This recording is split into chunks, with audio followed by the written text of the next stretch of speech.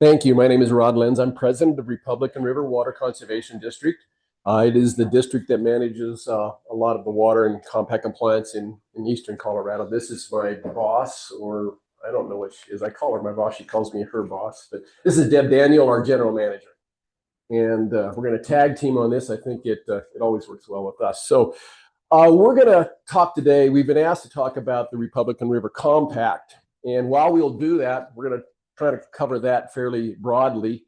We're going to kind of circle back to the Colorado aspect of that Republican River Compact and talk about Colorado's role and responsibilities pertaining to that compact.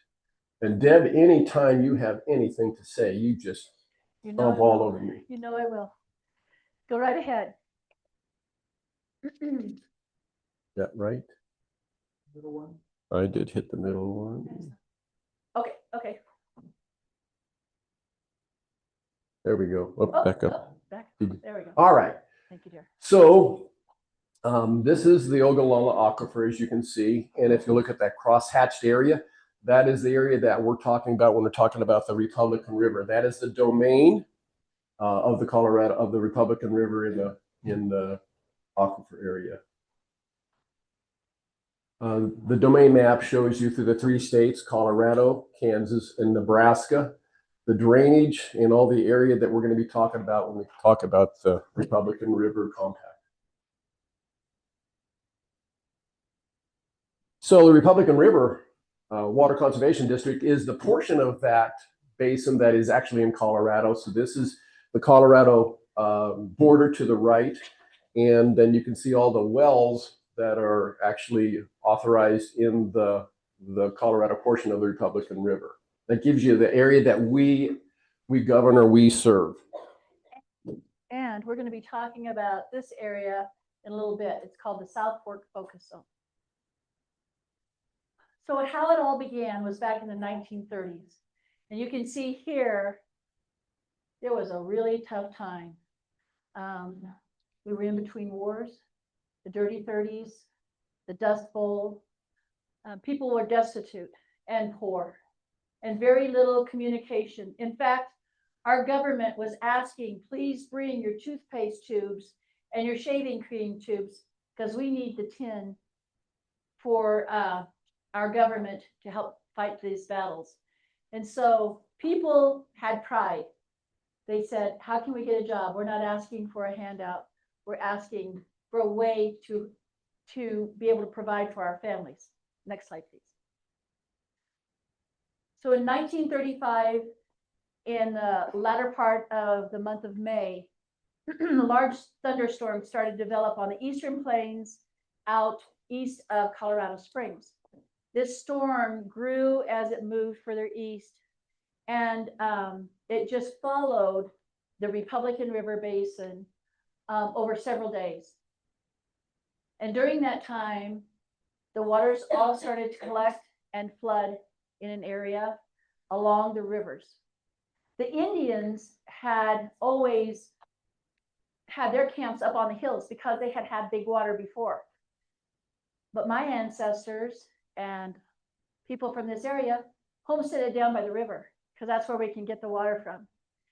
So when this storm started across the plains, started to flood waters, my great-grandparents, Bert and Francis, my great Uncle Bud and Aunt Myrna, and you can see she was 14, drowned in the flood of 1935.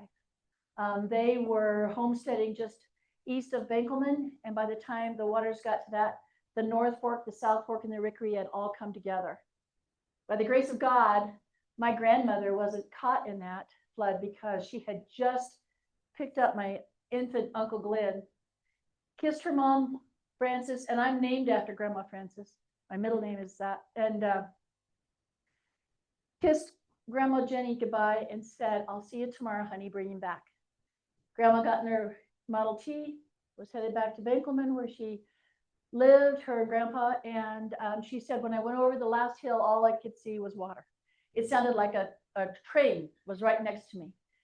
And she turned around and went back, and my grandparents, the homestead, the barn, everything and everyone was gone. 110 souls drowned in that flood, and they never did find my family member. So it haunted my grandma Jenny to her grave. So all of this happened during a very difficult time in our nation. So the 3 states didn't have funds, but they knew that this was a problem in our area. And so how do we provide flood control? What do we have to do? They went to the federal government, and next slide, please. They were able to get a compact approved by the federal government, signed by all 3 governors, talking about administering how you're going to administer the waters of the Republican River Basin. At that time, what water did we know? We knew the water that we could see. And so the surface water was what they administered. And so how much of the irrigated acres in the Republican River Basin is in Colorado? 11% at that time, in 1942 when this was signed. 39% of the irrigated acres was in Kansas, and the rest of it was all in Nebraska. So they signed in 1942 this compact that we truly live by still today. Next slide, please. In that compact, it allowed for the creation of 7 flood control dams, one of them being in Colorado, in Northeast Colorado. Bonnie Dam was built back in the late 40s and early 50s to provide flood control. During its existence, it was the only water recreation we had in the area. It did supply some irrigation, but it was built for flood control, along with, like I said, 6 other reservoirs along the Republican. Next slide, please. Then we started with irrigation. I want to talk about this part because Rod can talk about the pivots, but this is my life. When I was a kid, we had flood irrigation where I lived, and instead of the ditch and the tubes, we had to pack pipe. So out of an irrigation ditch. And I was the oldest, so I was the one on the other end of the pipe, and Dad was on the opposite side. Who was shorter? It was me. So when you pick up a pipe with mud and water, guess who gets drenched? But all of a sudden in the 50s was a creation of the centrifugal pump. Now we don't have to worry about just surface water. Now we can pump it up out of the ground, and we can irrigate acres, flood irrigate, and it was a boom for this area because, as you can see around Burlington, we're pretty flat in this area, but that's not the case in all of our basins. Next slide. Your turn. Do I need to use this? If she can get away with no mic, I certainly can. I'm not gonna use it if you don't mind.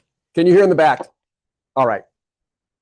I'm gonna counter, Deb. I do know about flood irrigation because where I came from up in Weld County, we used siphon tubes. We didn't even have gated pipe. We used siphon tubes. And so when we moved out here, we brought some siphon tubes with us, hung it on the wall, says if we fail here, we're going back to siphon tubes.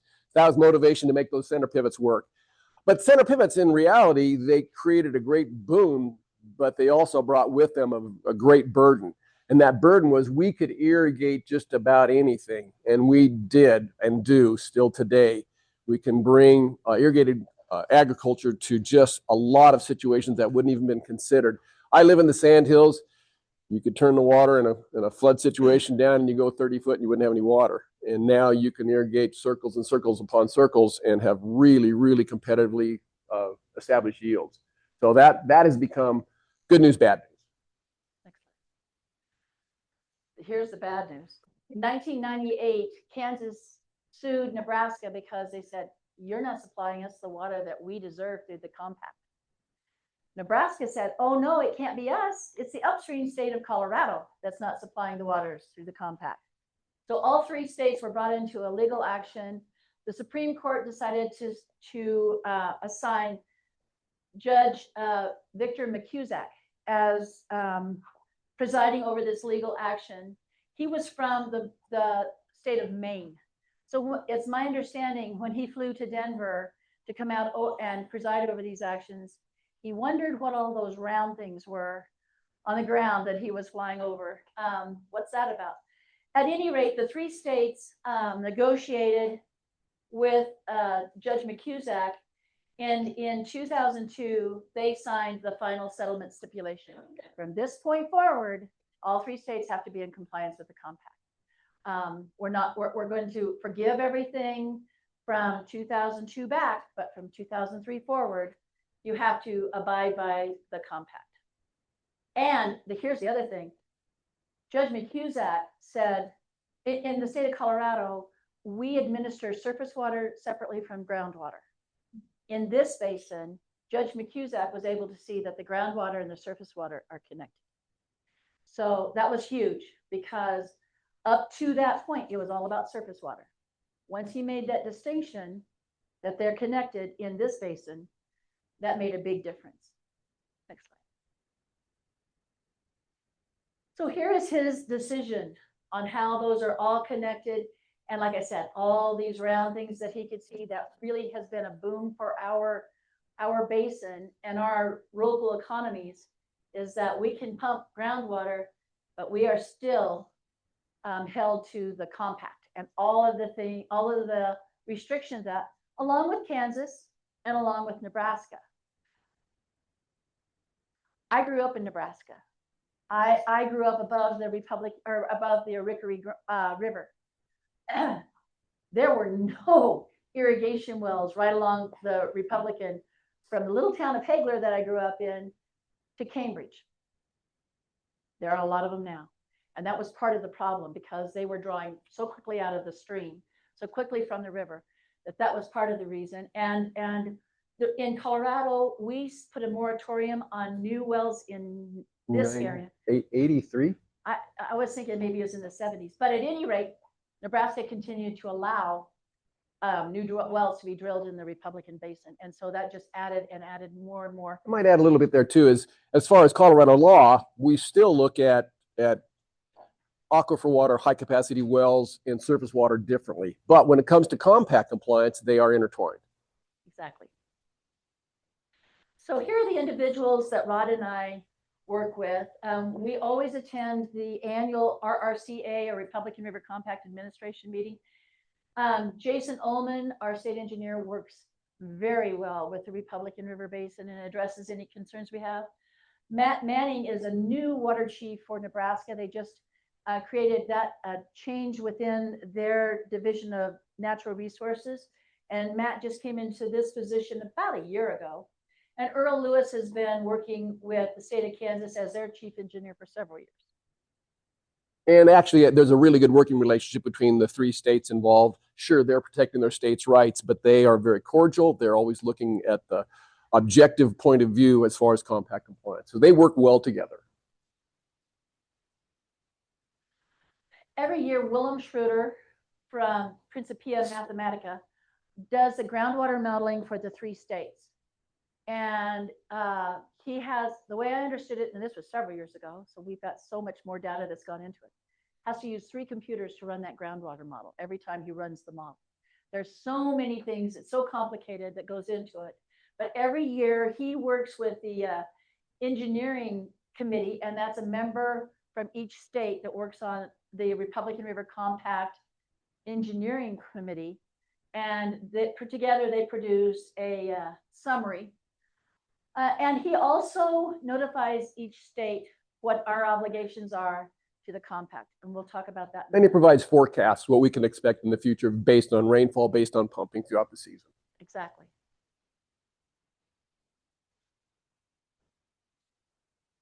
Okay, we're in our capacity, we're asked on a very frequent basis, why don't you just limit the pumping? You know, why don't you guys in Colorado just quit pumping so much, you won't have so many problems? You got to understand, in our statutes, as I said, we have different lanes to stay in. We, as a quasi-governmental agency, have no authority to restrict or regulate. Our mandate is to aid the state or assist the state in staying in compact compliance, which means we assess a fee to provide a service. And that service is, it can be through retirement of acres or augmentation to the water depletions that we're using, but we have to stay in that lane. We can't sit there and say, okay, farmer A, you can only pump so much. That authority lands within the Groundwater Act in 1965. That goes to the groundwater management districts. They have the authority. Most typically, they don't have any money to do it. So that becomes a problem, maybe an excuse or crutch sometimes, but nonetheless, we consider and encourage, and we do that in some of our programs and some of the ways we modify we've modified our fee and such. But our job is to assist the state staying in compact compliance. The groundwater management districts have the statutory authority to regulate groundwater. And you know, Rod, I just was thinking of that while you were talking about that. The reason why the state legislature created the Republican River Water Conservation District is to assist the state, because there was a compact, there is a compact on the Arkansas River against Kansas and Colorado. Colorado lost big time, trying to manage those waters, trying to manage that compact. Then here comes the Republican River Compact. Okay, we got to figure out how to do this. And there were a couple of legislators from this area. Mark Hillman lives about 4 miles south of Burlington, and Scott Brophy, who lives Greg Brophy, who lives north of Wray. They decided who can manage the waters, who can manage the irrigation, who better to be in assisting the state than a group of individuals from this area. So that's why the Republican River Water Conservation District was created, to allow local input on how we can assist the state in complying with the compact. That came with a price, because we're able to gather funds. So we'll talk about how we do that in a minute. But because the district was created, we had to assess a fee. And if you think your job is easy, try to manage 17 board members. And all of them farmers, and all of them with very strong opinions. But this makes it so dynamic, and we've made so many good decisions. Here is a picture of all the different groundwater districts that are within the Republican River boundary. Now, not all of East Cheyenne groundwater district is inside, but all of the other groundwater districts are. Just a portion of East Cheyenne. There are 8 groundwater districts, 8 counties, and 1 representative from Colorado groundwater. I mentioned the South Fork. Okay, is okay? Yep. Okay, all right. In the South Fork Focus Zone in 2016, let me back that truck up a little bit. In 2008, the board decided there's no way our state's going to be in compliance. Guess what? We were supposed to be in compliance in 2003. By the time we get to 2008, we're still out of compliance. There's no way we can get this done unless we deliver water to the stream. We shorten up the time frame of when water would reach the stream. And so they decided to have a pipeline to deliver wet water to the stream. So in 2008, they got a $80 million grant from CWCB, Colorado Water Conservation Board. At that time, it was the largest loan they had ever provided. In 2011, they decided to start building the pipeline. In August of 2011, we had a groundbreaking ceremony. In September of 2012, we had a dedication. We had the pipeline all built, ready to go. But Kansas is saying, we're not going to allow you to use it for compact compliance. You get, on each one of the tributaries, each state gets a portion of the water that's delivered, credit for it. On the North Fork, we get 22. And on the Arickaree, 78. And on the South Fork, 44. There you go. 22% credit is all the credit that state of Colorado gets on the North Fork. North Fork is now the only live stream we have in the state of Colorado in the Republican River Basin. Our board was not willing, what ended up being a $60 million project, to build a $60 million project that included purchasing the water rights and get 22% credit. No, thank you. As soon as you get us 100% credit, we'll start helping our state get into compliance. It took them from 2012 to 2014 for Kansas to allow us to use it for compact compliance. So our state at that time was, Dick Wolf was our state engineer. He said, we're getting 100% credit for the water we deliver to the stream. And Kansas says, you're getting 22% credit for the water that you deliver to the gauge, no matter how you get it. 14, we started delivering water. 16 is when they finally agreed to give us 100% credit for the pipeline water. Great. If you retire 25,000 acres along the South Fork. And there's no way we can deliver water along this area because the groundwater is so depleted. And the reason that was because Kansas is sitting there saying, you're delivering all this depleted water, or this augmentation water to the North Fork. What about our folks down in St. Francis who are getting fed by the South Fork? They're saying we want the sub-basin stuff taken care of too. You got to pass all these rules.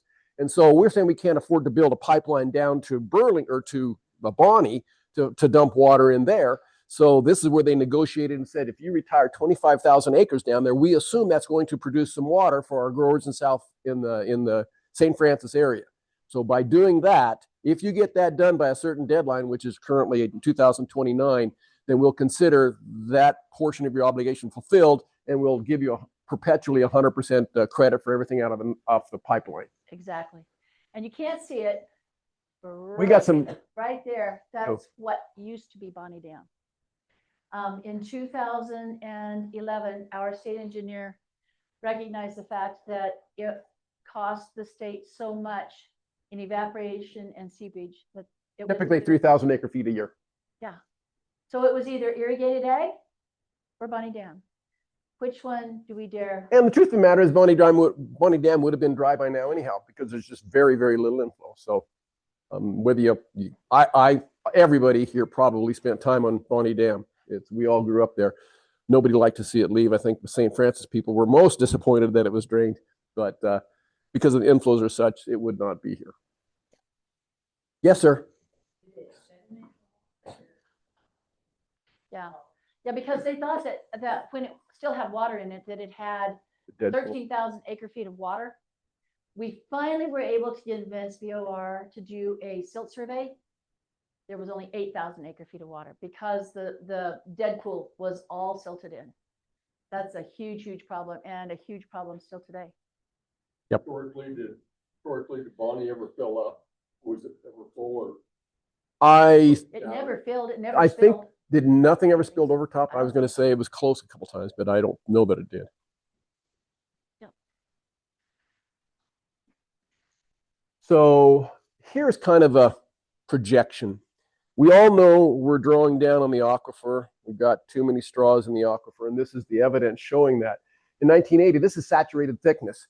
The red is saturated thickness that's less than 25 foot. The green has got over 225 foot of saturated thickness. So you can see on the left, we have a good amount of area that's dark green. Good water, that's what you think of when you think of the Ogallala aquifer. Of course, the fringes are not so much. But if you look over to the right in 2024, that red area has grown a bunch and the green area is depleting. And so that is what we're dealing with. That's kind of the time crunch. That's the time bomb that we're looking at. And if you look at the North Fork, I don't know. Oops, gotta go right there. Right there. Yeah, the North Fork right there. That really becomes, as Deb said, we need that. That's the only live stream we have left, and we need that to stay live because we can't augment enough water to replace all of the North Fork. And so we need to address that little green spot right there. Okay, the compact compliance pipeline, that we've referenced that several times. That is what we're using. That's our tool that we're using to stay in compact compliance for Colorado to the whole three-state compact. And what we've done is we've purchased about 12,500 acre foot of usage, and that is what we dump into the pipeline every year. And so, depending on that modeling that Mr. Schroeder did, he tells us how much we have to put in, and that's what we take it out of that well field. And you can see, as far as the South Fork focus zone, in order that 25,000 acres we have to retire, we're hoping that'll provide flow into the South Fork. You can see the data there as far as what our pipeline can actually produce. And it's hard to see, but right there, those light colored, that's where our well field is at. Very fortunate in that we were able to purchase 58 irrigation wells, 62 water rights from one landowner.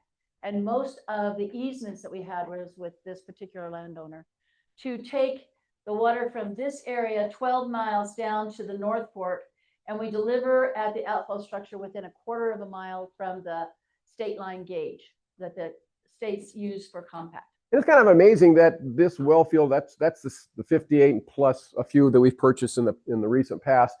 that's some of the best water in Colorado's portion of the aquifer. And so its proximity to the river makes it accessible in one group. And so that was a fortuitous for us. Absolutely. Absolutely. And one other thing that we have to do is this water will be shepherded across. The North Fork does not drop down, like Rod had said, into Kansas until we get halfway across the state. So Nebraska has to shepherd this water from the state line to almost to the Milford Reservoir, where it drops into Milford Reservoir down by Manhattan. And so one of the requirements that Nebraska has to the Colorado is that we only operate the pipeline in the off season. So right now that pipeline is running at maximum capacity for how it's built right now. We started in September. The actual pumping season for us is October 1 to May 31st. But it was decided in late August, early September, Late August. 2025 was a water short year. And we can talk about that later, but that made us have to turn that pipeline on to keep our state in compliance in September this year instead of waiting until October. So I guess since we're talking about the pipeline and the well field, this is our well field, and these are the wells that we own and have developed for augmentation. And all the solid lines are talking about wells that are already in the infrastructure, and the dotted lines are ones that are potential wells to be added to the infrastructure. So this is our plan to expand in a rapid format so we can get enough volume to stay in compact compliance. We talked about go ahead. So with a water short year, Rod and I were really frustrated because we had good rainfall here last year. We had good rainfall in Colorado towards, especially May, into May, June, July, August. So in August, Rod and I were driving to Concordia, Kansas for the RRCA meeting. We're like, especially Rod was really upset. He said, somebody to show me how comes this is a water short year, because I don't understand it. We've got plenty of rain. Shouldn't be a water short. She's pretty accurate. The further east we went and the closer we got to Concordia, the drier it got. Reservoirs were lower. People normally have pretty good looking, because they get more rainfall there than we do annually. And dryland corn decimated in a big area. And I can tell that we had good early rains and it just shut off because it was crops that were getting close to maturity and just died. I mean, you guys that are from back east, you obviously know that. Yeah. So then there was no need to ask the question. It was pretty evident why Milford Reservoir was so low, and Harlan County. Yeah, Harlan County Reservoir was so low. So anyway, 2025, towards the end of the growing season, was declared a water short year. They've already declared 2026 is water short. So like Rod said, this year right now they're telling us, and this was in February, early February, 16,000 acre feet of water this year. That's why we're looking at expanding the pipeline, because we don't have the capacity with the wells we have right now to deliver that much water. But I don't think that they were planning on us irrigating in January, February, heavily in March. So 16,000 might end up being on the low side of what we have to deliver to offset the depletions present and past to the compact. I like to let that soak in a minute. The most we pumped in the past is 12,500, and we're asked to go to 16 in one short year, and that's huge. Ron? So you're wanting to expand. Do you have those wells purchased?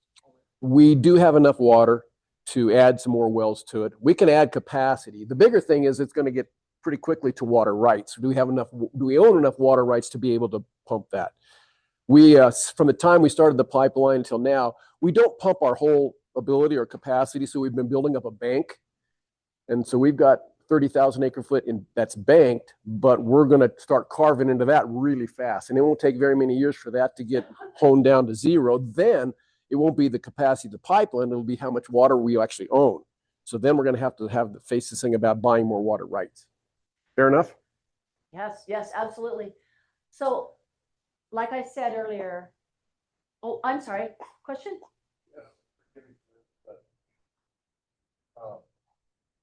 The Republican compact, is there any type of water quality component of the compact, or is it just wet water at this time. But there are questions about water quality, not in Colorado yet, but there are some areas that are concerned in the Republican River Basin that have some other water quality issues, but it's not water quality as much as The quantity. compact does not address water quality, even though there are water quality issues around the area. Yep. So I mentioned how having a say on how things are done came with a price. In the Republican River District right now, anyone with an irrigated water right is paying $30 an irrigated acre for the ability to irrigate. With those funds, the district has paid out over $122 million of the funds from this area for compact compliance. You can see here we've spent over probably by now, $9 million in the CREP program and $90 million in buying the pipeline, well purchases, and surface water purchases. And then we also have EQIP, and that's at $22 million. So we have spent a lot of the funds from this area to help our state stay in compact compliance. And we've also received a lot of grants also. Total from the state of Colorado right now stands at $10 million. We were able to receive $30 million through the federal ARPA, American Rescue Plan Act dollars. Our state legislature provided $30 million for the Republican River District for retirement of acres in that South Fork focus zone. And then another $30 million in this particular bill went to help our sister basin in Rio Grande to assist with retirement of acres over there. And we've also received $65 million worth of low interest loans from CWCB that we're currently paying down. There's approximately 66,875 irrigated acres that's been permanently retired in this area. A lot of those acres are on the South Fork. With the first group, now we're retiring another 25,000 acres. In that blue shaded area, when we started, it's my understanding we had 85,000 irrigated acres in that area. We have to retire 25,000. So that's a big portion of the acres that are irrigated there. We dried up almost 10,000 acres of land when we purchased the water rights for the pipeline. And yet on an annual basis, over 700,000 acre feet of water a year in this, in Colorado. My fear is that we're going to surpass that this year. Certainly looking that way. Okay, so this gives you an idea of the historical pumping in Colorado. You can see before we had the innovation of the center pivots, and well, it was even before that. You can not much irrigation at all. In the boom in the 70s, when all the center pivots were taken off and a lot of water drives, you can see there, pumping went up to 1 million acre feet, and we've slowly seen that go down either from retirements or water getting worse. But you have your high years and you have your low years. But the general trend is that our pumping is maybe slightly decreasing, but you're also going to see in a little bit where our rainfall is decreasing as well. Here's our allocation of those waters that fall in the three tributaries. That's the word. But you can see that from 2000 is 25,000 acre feet is our allotment or allocation, and today we're looking at what, 23, that line there. So we are getting less water and our share of the allocations. And the difference is from our allocation and how much we pump becomes what we have to put into the pipeline.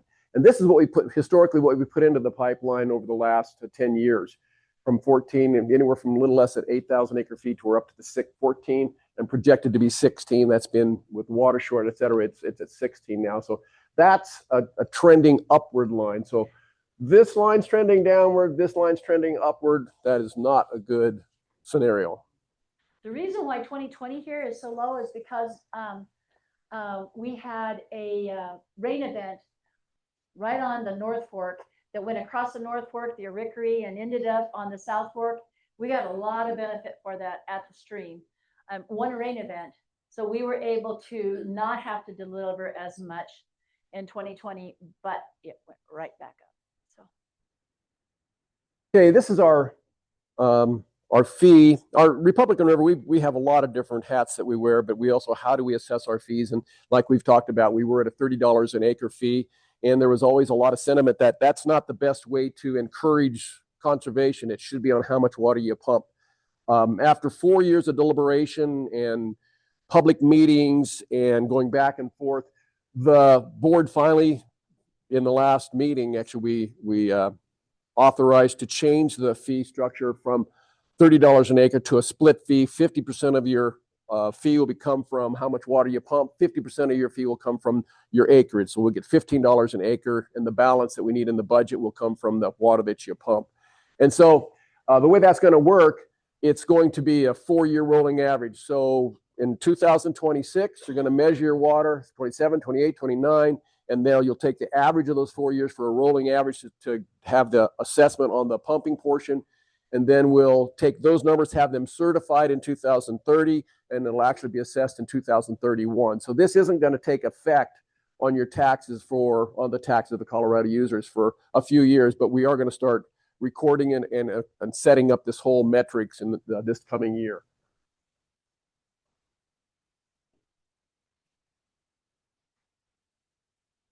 Okay, Republican River.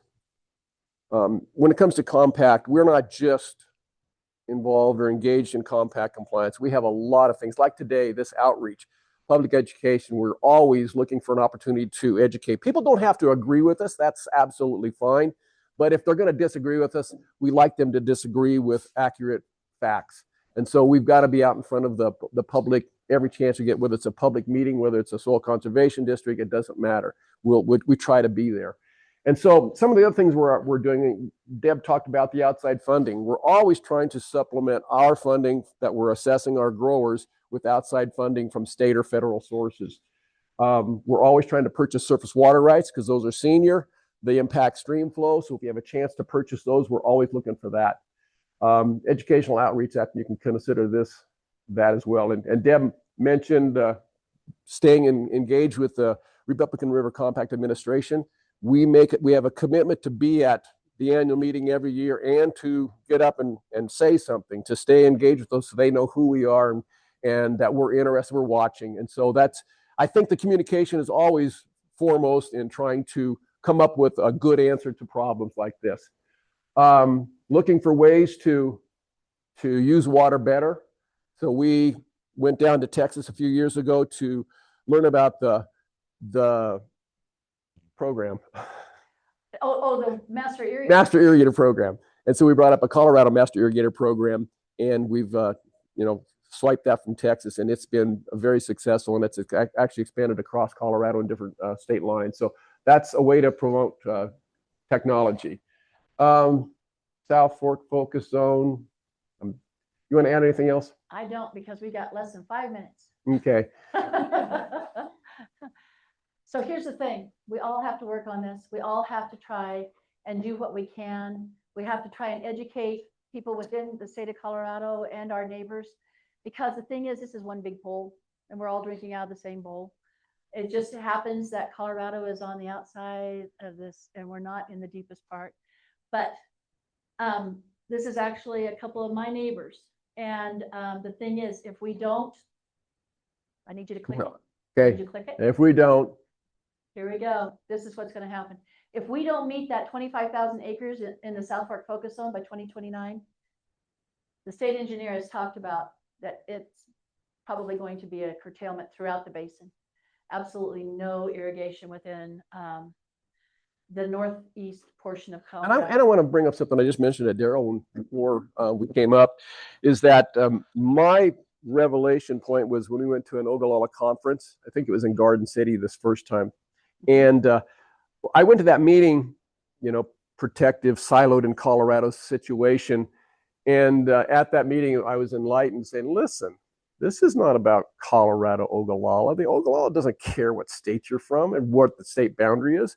The Ogallala Aquifer is all of our water source, no matter what state you're from. And I went in there with a much more open mind. It's like, wait, we need to be sharing what's working and asking them what's working in their districts and their areas and take that back.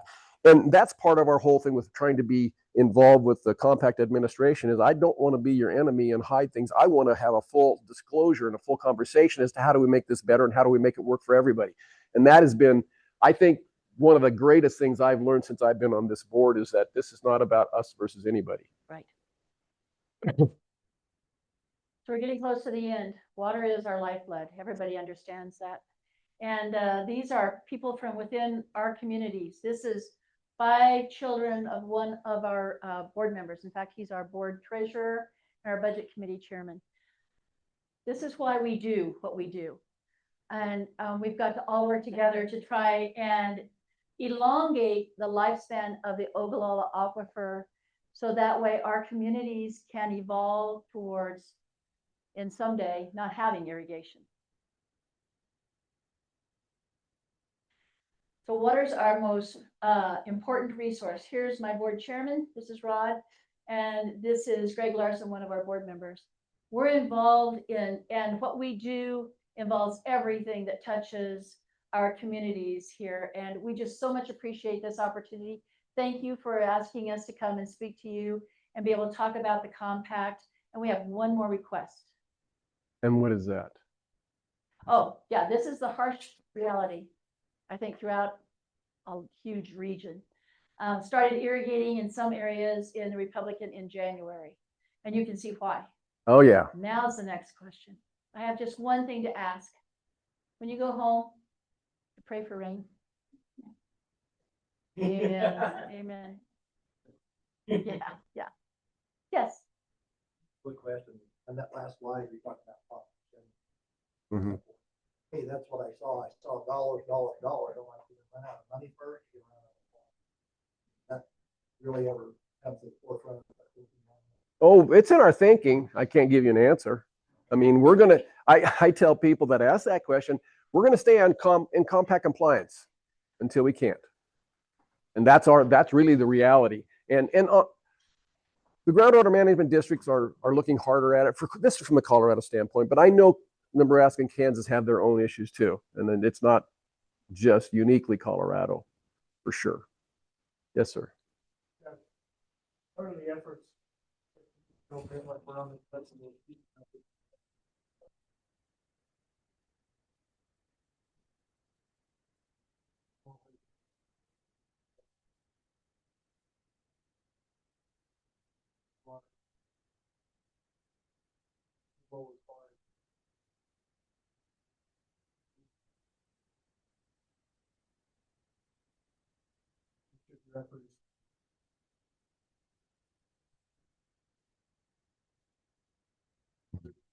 So our conservation efforts are usually educational.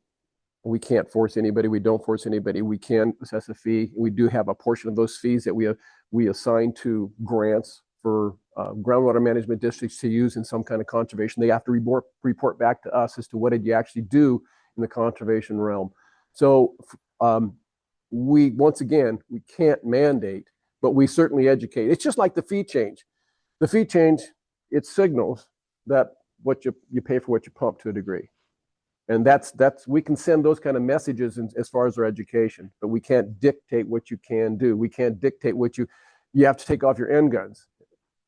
It's a no-brainer to me, but I don't have any legal right for them to take it off. And the state's sitting there saying, well, they've got a water right. I can't tell them how to use it as long as it's on the correct acres. So those kind of things we try to shame people to get your end guns off. Where we see some.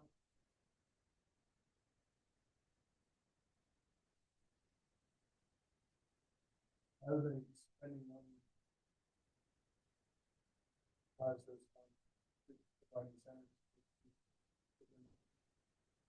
Yeah, and with the master irrigator, we're definitely invested in that with that very thing in mind. And we offer supplemental contracts to the EQIP and CREP programs that people are allowed to participate in our state.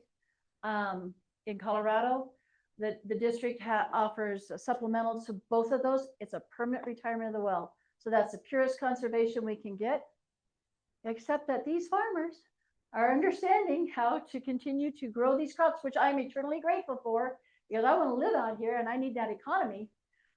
But that it's a two-edged sword. The more you pump, the more we have to offset, and we need the economy. So We do have an innovative program this year. It's called Low Input Project. And we have board members who have said, you know what, on my dry land or low producing wells, I just lower all my inputs and I lower my yield goals and I make as much money, sometimes more money, than I do if I go for high input. So we took that concept just this year and we took board members and says, how many guys think you'd like to, on an irrigated circle, go into this and say, okay, I'm going to lower my inputs. I'm going to lower my seed, my fertilizer, and everything, and tell us why you're doing it based on what kind of soils you have. And this is voluntary.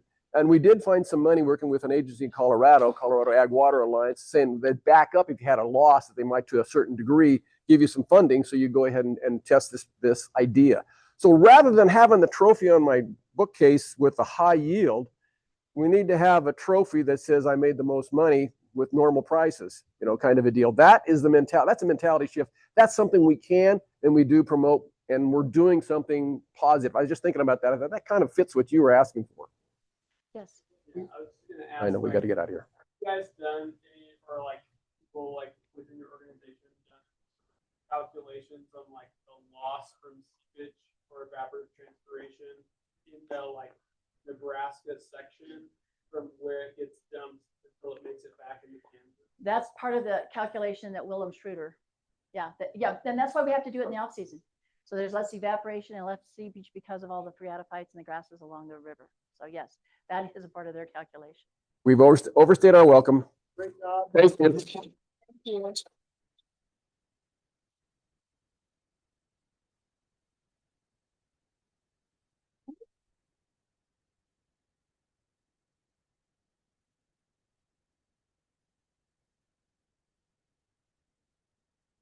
Okay, take it.